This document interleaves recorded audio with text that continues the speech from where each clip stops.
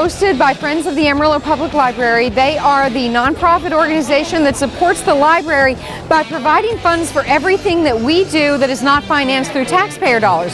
So that ends up being our summer reading club, for example. That's a hugely expensive program, and they pay for all of it.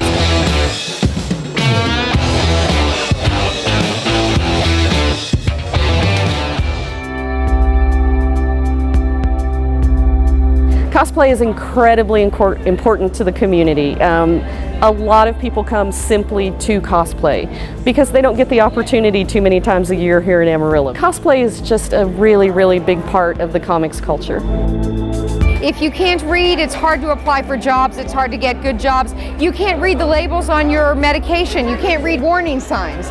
So reading is really important, literacy of all kinds, not just being able to read, but being computer literate, being financially literate.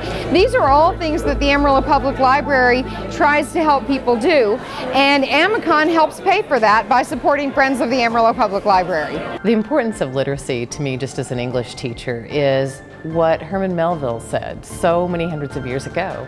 He said, we read literature for the shock of recognition, which means that we read to see ourselves in these characters and these stories. And I would say we read to see that people survive these things, and that's what draws us to story. Comics is where I actually learned how to read, because I was able to follow the story along. Once I was able to put the words with the story, it gave me the full picture and led me to reading books. I had a friend who suggested I do a coloring book on a topic she was really passionate about because she saw me drawing stuff to do with it. And then I put out that coloring book and people bought it, and I realized there might be a market here. I've always drawn all my life.